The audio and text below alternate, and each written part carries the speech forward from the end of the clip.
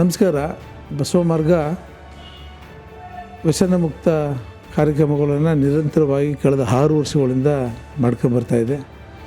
ಸುಮಾರು 15,000 ಜನರಿಗೂ ಸಹ ಹೆಚ್ಚು ಜನರಿಗೆ ಚಿಕಿತ್ಸೆ ನೀಡೋದ್ರ ಮೂಲಕ ಸೇವೆಯನ್ನು ಮಾಡಿರ್ತಕ್ಕಂಥ ಸಂಸ್ಥೆ.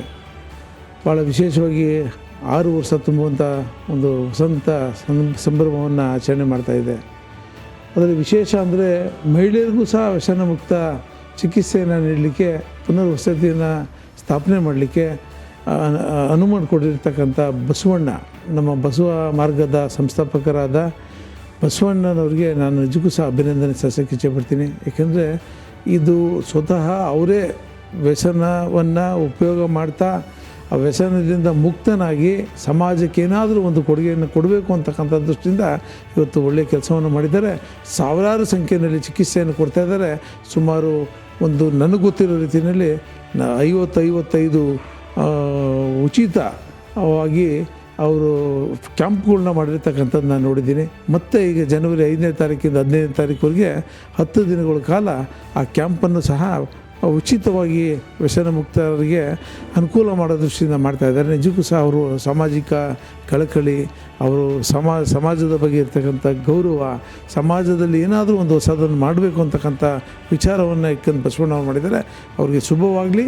ಅಧಿದೇವತೆ ಚಾಮುಂಡೇಶ್ವರಿ ಅವ್ರಿಗೆ ಒಳ್ಳೇದು ಮಾಡಲಿ. ನಾನದು ಸಹ ಅವ್ರಿಗೆ ಹೇಳ್ತೀನಿ, ಶುಭ ಹಾರೈಕೆಯನ್ನು ಮಾಡ್ತೀನಿ. ಇದೇ ರೀತಿ ನಿರಂತರವಾಗಿ ಸಾಮಾಜಿಕ ಕೆಲಸಗಳನ್ನ, ಸಮಾಜದ ಕೆಲಸವನ್ನು ನಿರಂತರವಾಗಿ ಮಾಡಿ ಸೇವೆಯನ್ನು ಮಾಡಿ ಅಂತಕ್ಕಂಥ ಬಡವರ ಕಣ್ಣೀರು ಒರೆಸುವಂಥ ಕೆಲಸವನ್ನು ಅವ್ರು ಮಾಡಿದ್ದಾರೆ.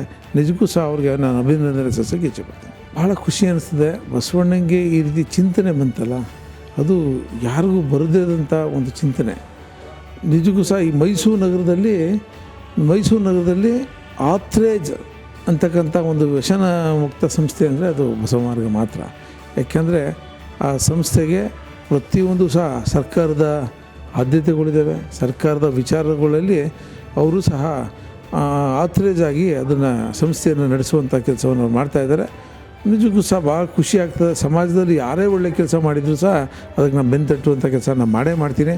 ಅದರಲ್ಲೂ ಸಹ ಬಸವಣ್ಣವರು ನಮ್ಮ ಊರಿನ ಗ್ರಾಮದವರು, ನನ್ನ ಭಾಳ ಆತ್ಮೀಯರು. ಅವರು ಈ ಒಳ್ಳೆಯ ಕೆಲಸವನ್ನು ಮಾಡೋದ್ರಿಂದ ನಿಜಕ್ಕೂ ಸಹ ಅವರು ಸಮಾಜಕ್ಕೂ ಸಹ ಪ್ರಶಂಸೆ, ಸಮಾಜವೂ ಸಹ ಅವ್ರ ಬಗ್ಗೆ ಪ್ರಶಂಸೆಯನ್ನು ಪಡಿಸ್ತಾರೆ. ಮತ್ತು ಅನೇಕ ಸ್ವಾಮೀಜಿಗಳು ಆ ವ್ಯಸನ ಮುಕ್ತ ಸಭೆಗಳಲ್ಲಿ ಬಂದು ವ್ಯಸನ ಮುಕ್ತರಿಗೆ ಅವ್ರಿಗೆ ಈ ರೀತಿ ಸಮಾಜದಲ್ಲಿ ಯಾವ ರೀತಿ ಬದುಕಬೇಕು ಅಂತಕ್ಕಂಥ ವಿಚಾರಗಳನ್ನ ಸಹ ತಿಳಿಸಿರ್ತಕ್ಕಂಥದ್ದು ಅನೇಕ ಸಭೆಗಳಲ್ಲಿ ನಾನು ಸಹ ಭಾಗಿಯಾಗಿದ್ದೇನೆ. ನಿಜಕ್ಕೂ ಸಹ ಒಳ್ಳೆಯ ಕೆಲಸ ಆಗ್ತಾಯಿದೆ. ಸಾವಿರಾರು ಸಂಖ್ಯೆಯಲ್ಲಿ ಕುಡಿತ ಬಿಡಿಸೋದು ಅಂದರೆ ಅಸಾಮಾನ್ಯ ಕೆಲಸ.